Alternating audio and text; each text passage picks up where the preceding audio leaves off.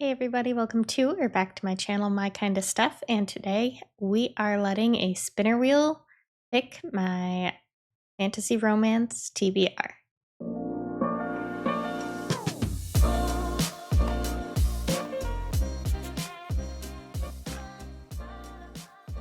All right, so in February, I am going to the Romantasy Book Con in downtown LA with a bunch of BookTube besties, and I absolutely cannot wait. It is going to be so much fun. We're going to have a blast. But there is a ton of authors that are going to be there that I've not read a book from before. So I put together a spinner wheel and I just have all the different authors listed on here. And we are going to spin the wheel and see who we are going to be reading from first. All right, I'll pop it up on the screen here.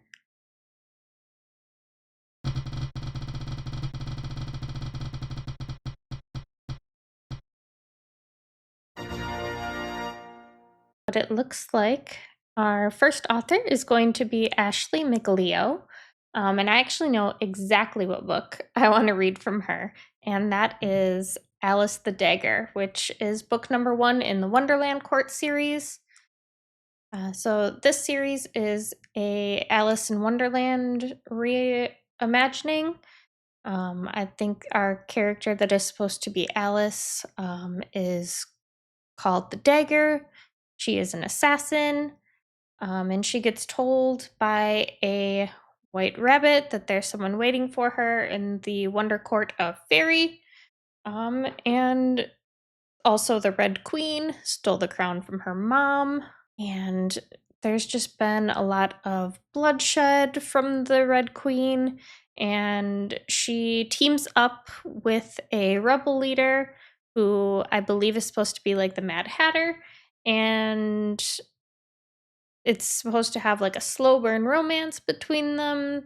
All her sidekicks are supposed to be kind of spunky and funny, and there's going to be tons of action and adventure in this one, and I can't wait because although it sounds a little ridiculous, I think I'm here for it. So let's hop right into this book. I will check back in with you once I've read a little bit, let you know what my thoughts are, and then when we finish this one, we will spin the spinner wheel again. All right, I just wanted to stop in and give a quick little update. I'm about halfway through Alice the Dagger right now. I'm actually really enjoying it. It definitely feels a lot like the original Alice in Wonderland. We get a lot of the same elements. Um, Alice is this assassin who is working for a vampire. She's on her way to kind of confront him one day because she wants out of her contract. And on her way to go meet with him, she runs into the white rabbit and is surprised when she can understand what this rabbit is saying to her, because this is more like starts off in a very urban fantasy kind of world. And based off of like what the rabbit tells her, she kind of starts her journey into Wonderland. And there's the whole scene with like the jars and the tea cakes and stuff to like grow or shrink to get into Wonderland. We meet a lot of the characters that you see in the original Alice in Wonderland. We have the Cheshire Cat, we have the Caterpillar, we have the Mad Hatter, and all of these characters, although you know who they are, they're recognizable. They feel, at least most of them feel quite different from like the original book. That she gave them like a life of their own, which I think was a good thing. Um, Tweedledee and Tweedledum are actually these two little pixies that are absolutely adorable. They're like kind of the comedic relief through their entire adventure and journey so far. The Mad Hatter is the love interest. He remembers Alice from her childhood, but she doesn't remember her childhood because the Red Queen murdered her mother and kind of like banished her out, which is how she ended up being an assassin for the vampire. So she's slowly getting her memories back. She is slowly learning that She has magic and is a full-blooded fae, and now she's needing to learn how to use her magic to help defeat the Red Queen and take back Wonderland. It's just been a ton of fun and such a delight so far. It is YA, so the story, I wish it had a little more depth and more world building because, well, we know magic exists. I feel like because we're in this Wonderland world, I wanted more magical, goofy elements, and we only really get that through the characters, but I don't feel it in the world as much. There's just not enough world building. Um, and then Alice's character too started off a little like lackluster and kind of like off-putting, but now we're kind of seeing her come into her own and learn who she is, and she's becoming much more palatable for me. So I'm really excited to continue. This is actually a pretty short book. I've been listening to it on Hoopla from the library, and I think I only have about 2 hours left, so I'm gonna go finish and I will check back in with you guys when I'm done, let you know my final thoughts, and then we will spin the spinner wheel again to pick our next book. All right, I have officially finished Alice the Dagger. I don't think I have a ton more to say about it besides what I've already said. It was just such a fun, like whimsical time. I loved all the Alice in Wonderland vibes in it. I think the author did a really good job with like staying true to that story, but also spinning it into her own, making the characters feel unique. I just loved all of the different mythical creatures that we got. There was fae, there was vampires, there were griffins, there were just tons of like different things that you obviously didn't see in the original Alice in Wonderland, but I think she did a really good job incorporating them into this story. I did end up liking Alice's character a lot more towards the end, and there's actually a duology, so there is a book two. Um, and I think that the way this book ended did a good job leaving it open to a book two. So overall, I really enjoyed this one. I think it's probably going to be a 3 star for me, which honestly, I don't, I think 3 star is a perfectly respectable rating. That's like an average book. There was nothing like insanely wrong with it. But just like I said before, I wanted some more like magical elements, especially for the parts of the story that were in Wonderland. I just felt like the world building lacked a little bit in here, and that kind of hurt it. But overall, still really enjoyed it, and I definitely can't wait to meet Ashley McLeo at Romantasy Book Con in February. That being said, it is time to spin the wheel again and see what we will be reading next.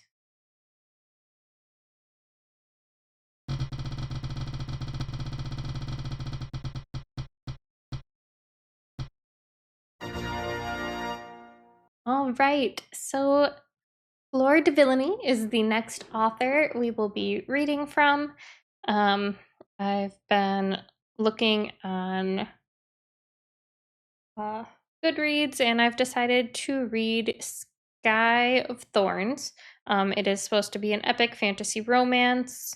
It is book one of the Vandelore trilogy. Um, it looks like this one follows Sybil, and she is a unicorn shifter. And she's kidnapped and stolen away to another kingdom and charged with treason against the crown. Um, the evil queen has her chained in a dungeon, and she sends her son Aramis, who is the crowned prince, to kind of capture the leader of the rebel group, which is like her people. But he goes down to the dungeon and kind of corners her, and the second he lays eyes on her, his sense of duty becomes tangled with his desire for her, and I know that she is supposed to like make him angry and also have this like longing between them, and he is questioning everything he believes in now because of her, and her only chance for salvation is in this prince who was raised to loathe her just for being a shifter.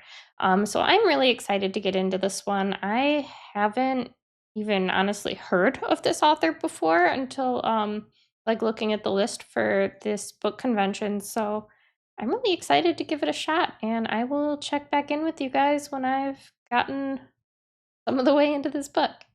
All right, guys, I just wanted to stop in and do a little update. I am about 50% into Sky of Thorns.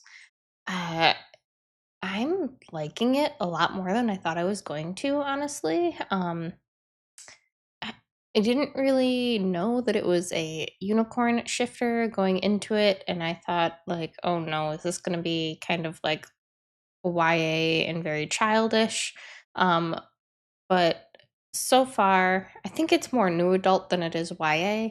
And the unicorn thing, although it's like talked about a lot, you don't see it like at all yet, really. And I'm already halfway through, so I think it's gonna be okay, and I'm actually having a good time with this. We follow Sybil, who she is a unicorn shifter. She lives in a small village, and she is a healer, and she's just going on living her life.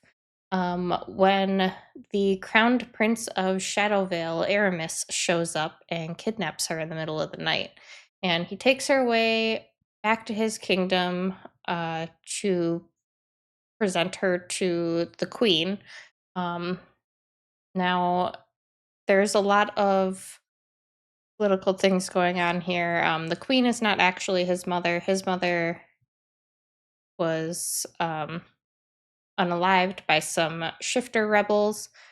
So their kingdom very much dislikes shifters. And during their journey, which most of the first half of the book was just their journey from her village back to the kingdom, which I really enjoy, like those kind of journeys in books. There was one horse, there's one bed.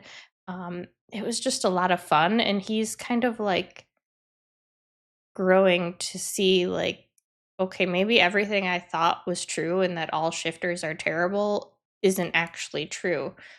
Because he's seeing her help care for his men when they get injured on the road. He's just getting to know her personality and about her life, and she's asking questions about his life. And it's just been really cute seeing them kind of get to know each other. And now they're finally at the castle. We found out why the queen wanted her, and I'm really excited to see where we go from here. So I'm going to hop back into the book, and I will update you guys at the end. All right, I just wanted to stop in, give another little update. I officially finished Sky of Thorns by Fleur de Villany. I ended up giving this one 4 stars. I really, really enjoyed it, and I'm so glad that I gave it a shot because honestly, I was on the fence about it. There were a lot of fun twists at the end. I loved seeing the character growth within Aramis and like learning how to go against everything he's learned about shifters. And there's a whole like fated mate situation that was really fun. Sybil also had a lot of character growth too, because she started out just very like sad and timid.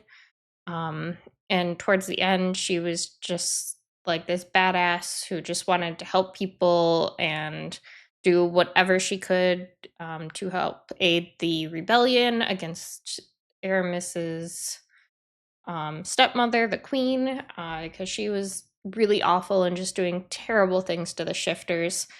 Um, I also really enjoyed their relationship at the end, and also Sybil like had made a friend, which she's been on her own for a very long time. She didn't really have friends. She lost both of her parents, so getting to see kind of like, I guess not really found family, but found friendship was just really sweet and heartwarming. And I definitely think I'm going to continue with this series. I don't know that the second book has a date yet, but I believe I saw on Instagram that like the art copies got sent out like last month or something like that. So I'm hoping soon. Because again, I really had a blast with it. And that being said, let's spin the wheel again and see what we'll be reading next.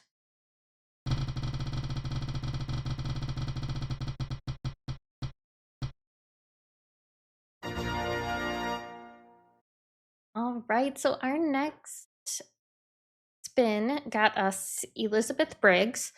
I was just kind of looking through Goodreads and decided I am going to start with Beauty and Darkness.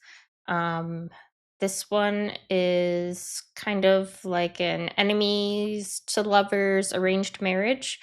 So it says they've been enemies their entire lives, their two kingdoms locked in a never ending war, until an arranged marriage sparks a passion they can't ignore. And while I do not like marriage of convenience, I do love an arranged marriage trope. Um, and I love like warring kingdoms and all the political drama. So I'm excited to get into this one. It is really short. It's just over 200 pages. So it's not going to take me long to get through. I'm not sure if I'll update you midway through or just wait till the end because of how short it is, but we'll see. I'm going to go start reading and I will check back in with you guys in a little bit. All right, another little update. I am really flying through this one. I'm about 50% of the way through right now. We are following Rose. She is one of the princesses of her kingdom, but she is not first in line for the throne. So her whole existence is just to be married off for a political alliance, basically. And there are also King Wrath, and he controls the other kingdom. He wants to end the war. And so does her father, but King Wrath comes in and kind of threatens to take her father's life because none of the girls step up to want to marry him. And so Rose kind of takes it upon herself to be like, it's fine, I'll do it. She'd already had like met him before and kind of like thought he was really handsome.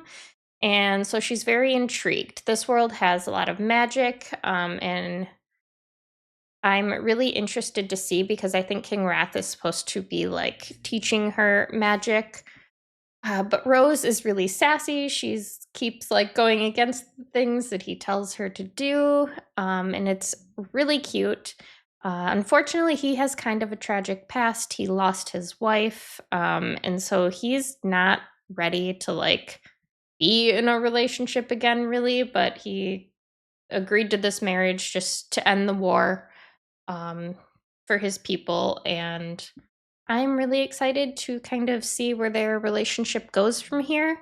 Right now, it's suffering a little bit because it's one of those books where, like, you're told they're catching feelings or you're told things, but you never really feel it or see it. Um, so I right now it's probably sitting at like a 2-3 star for me. But I still have halfway to go, so I will check back in with you guys when I finish. All right, guys, I officially finished Beauty and Darkness by Elizabeth Briggs. I think this one's gonna get a 2 star from me. I just didn't like how we were just told things, but I never really felt things. I never felt feelings blossom between these two characters.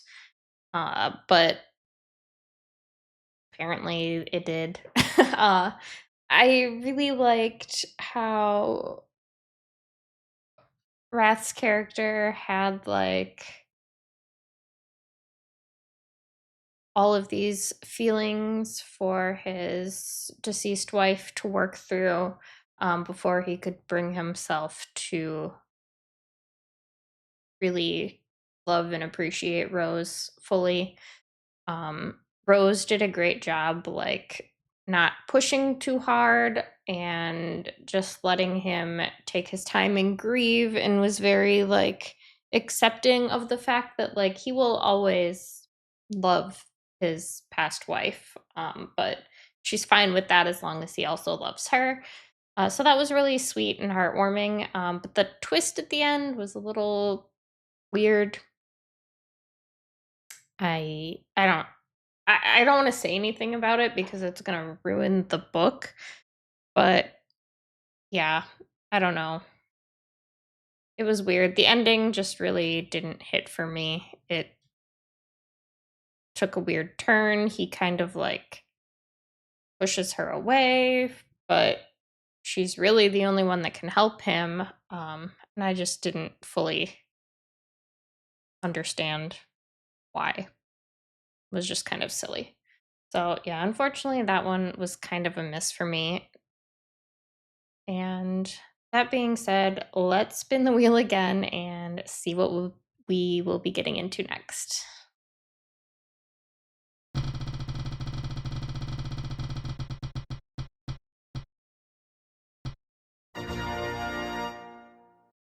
All right, I am so excited for this spinner wheel pick. We got Karina Halley. Um, she has so many books, and I have been wanting to read one for forever, and I've just not gotten around to it yet. Um, I also had a really hard time picking which one I wanted to start with because again, there are so many good ones. But I think I'm going to go with Black Sunshine, which is book one in the Dark Eyes series. This one is a vampire romance. Our main character is just about to turn 21. She has her eyes set on this like musician and she can now finally legally get in. But unfortunately, right before her birthday, she is kidnapped by a vampire. Um, and come he's kind of been stalking her and come to find out she is also a vampire. She just didn't know it. And her like human parents have kind of been hiding this from her. She's very squeamish around blood, which I think is really funny. So I'm interested to see where that will go. But now there are vampire hunters and also vampires out hunting her. So it's up to our male main character to keep her safe. And I think he has like a motley kind of crew of friends. So I'm really excited. This one is an urban fantasy, which can be really hit or miss for me. So we'll see how that goes. But I just think it's very unique in the fact that she doesn't know she's a vampire yet. So I'm interested to see how that plays out. And I will check in with you guys once I'm probably about halfway through. All right, guys. So I finished Black Sunshine by Karina Halley. Sorry I didn't do a little check in. I was actually listening to the audiobook while I was working, and I ended up finishing it during my workday. So here's my check in on it. Uh, it didn't quite do it for me. And honestly, I was a little disappointed by that because I've heard such amazing things about her writing and her books. Um, I ended up giving it a 3 star. It wasn't terrible in the end, definitely made up for some of it, but at the beginning, it was another book where I just felt like I was being told the story, but I never really felt any real emotions from the characters. It just, I don't know, it felt empty at the beginning. But we follow Lorraine. She is about to turn 21, but right before her birthday, she is kidnapped. She is kidnapped by a vampire named Absalon, and he explains to her that she is going to be turning into a vampire because in this world, that's when girls turn, is when they're 21. I think the boys turn at a different age. I don't know why. I think the boys turn at a later age, and it gives like the girl vampires this upper hand on them because they've been vampires longer. Which to start off was kind of weird. Like, I guess whatever. It's fiction, right? You can do what you want. Uh so yeah. It started off kind of awkward. But he like kind of tells her that in order to turn, she's going to go through these different phases, one of them being like lust and bloodlust. And like, well, that's kind of weird, but okay. So, right off the get go, we jump into the banging because she's lust is her first urge. But it's not even with our male main character, it's with some other dude that's like just he told to watch her, like babysit her basically. I don't the whole thing was really just kind of weird. I don't think I'm gonna be continuing with the second book.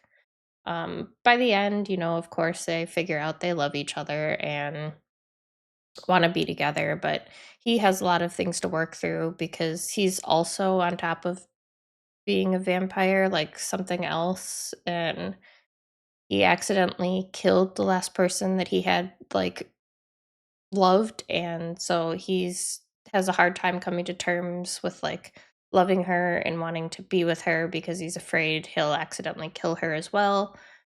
And it's yeah, I don't know. It was kind of weird. The whole plot was a little weird. The writing in the beginning at least was really bad. Towards the end it got a little better, so I'm not really sure what happened because it felt like two different people wrote the beginning of that book and the end of that book.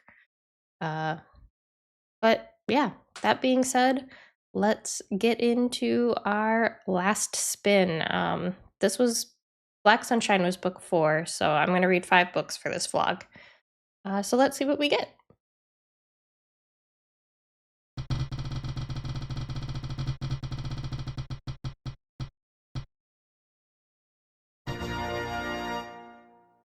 All right, so the spinner wheel picked to Sonia Odette, and I was looking through Goodreads. I've decided to read A Throne of Shadows because my library has an audiobook copy of that, so that's what we're going with. A ton about this one, but let's see. It says a feisty outlaw, a conniving prince, a war of magic and shadows. Wanted by the crown for murder she didn't commit, Cora dreams of getting revenge on the mage who framed her. In the meantime, she hides in the forest and hones her witch magic. But when she discovers her enemy's violent hunt for fey creatures, she forms a plan for vengeance. Prince Terran, heir to the bankrupt throne, will do anything to keep his country from sinking into ruin. When he meets an outlaw, which wanted by a neighboring kingdom, he gets his chance. The woman has an impressive bounty on her head, one that could pay off his kingdom's debts. If Terran can help Cora save a few magical creatures, he can gain her trust, hand her over to the king, and collect the bounty. But Cora has plans of her own, and none of them include being betrayed by her handsome new traveling companion. The closer Cora and Terran get to their desires, the harder their tasks become. And it isn't just their budding attraction that's the problem. A secret war is coming, one stemming from ancient feuds and forgotten fey magic. They must work together to stop it, or else both their kingdoms will crumble to ash. Okay, I'm sold. That sounds pretty good, honestly. Um, I love like the whole like captor captive scenario in books and kind of the enemies to lovers situation. So I'm excited to get into this one. So I will check in with you guys a little bit later. All right, guys, quick little update. I'm about 40% of the way through A Throne of Shadows. Um, I don't know what to say except that this one isn't working for me. Um, our female main character is really dumb. She just makes stupid decisions along the way. We've not yet hit a point where like the male love interest has come into play yet. They've not had any contact at all yet, which like 40% feels like a long way in for them to have not even like met yet. So I have a feeling this first like half of the book is going to be really slow and then the last half is going to feel really rushed. Um it's also YA, which isn't really my thing. I should probably just stop reading them, honestly. Because I just find like that 18 to 20-year-old range characters to be so annoying. Um, our female main character can also like telepathically talk to creatures, and they come across like this unicorn, and he's asking her telepathically for help, and she's like, "Oh, no, what do you want from me?" Obviously he wants your help unlocking the cages because he doesn't have fingers to do it. Are you stupid? Like, what do you think he's asking for? But I don't, I've been so irritated reading this. I'm gonna continue because, I want to at least meet the love interest, like see their interactions together. This book also has 4 point of views, which for what it is, does not seem necessary. This is not an epic fantasy. It's not an epic tale.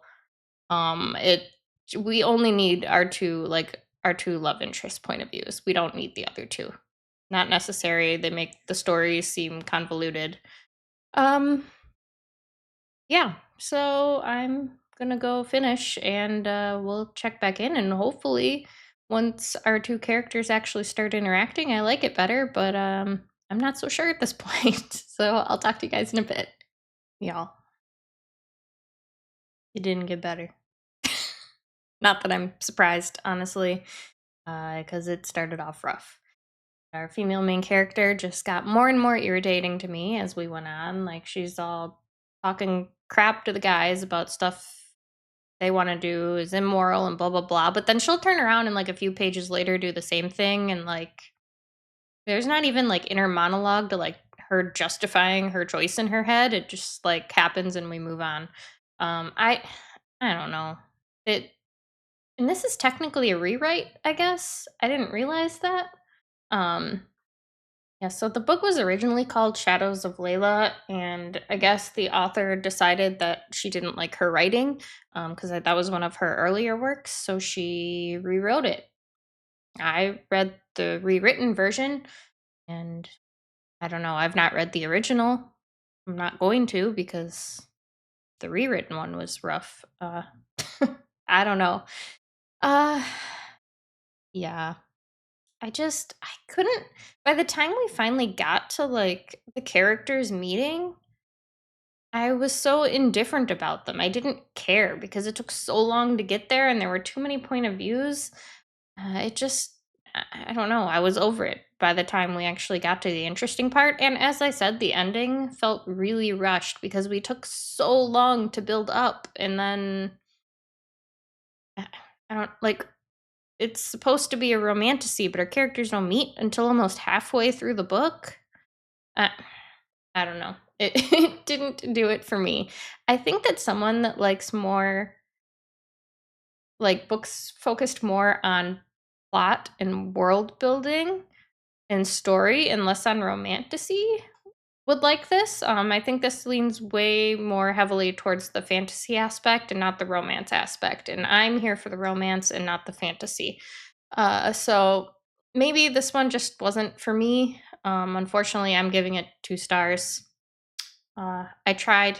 I sure did. I finished it, so I feel like I'm justified to give it a rating, even if it wasn't for me. Overall, I feel like, I've read 5 romanticises in this vlog, and for the most part, they were all just mid, except this last one that was pretty bad.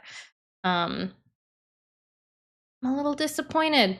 I'm nervous. I think because I still have so many authors that are going to be at RomantasyCon in February that I want to read from, I might do another one of these vlogs soon. But I think maybe I just need a little romantasy break right now and to read some other stuff. And yeah, we'll do this little experiment again. I think it was fun. I had fun doing the spinner wheel and like kind of not getting to control completely what I read by having the author picked for me. I think it also helped me narrow it down because otherwise I'd just sit there and like never read anything because I feel too overwhelmed with my choices.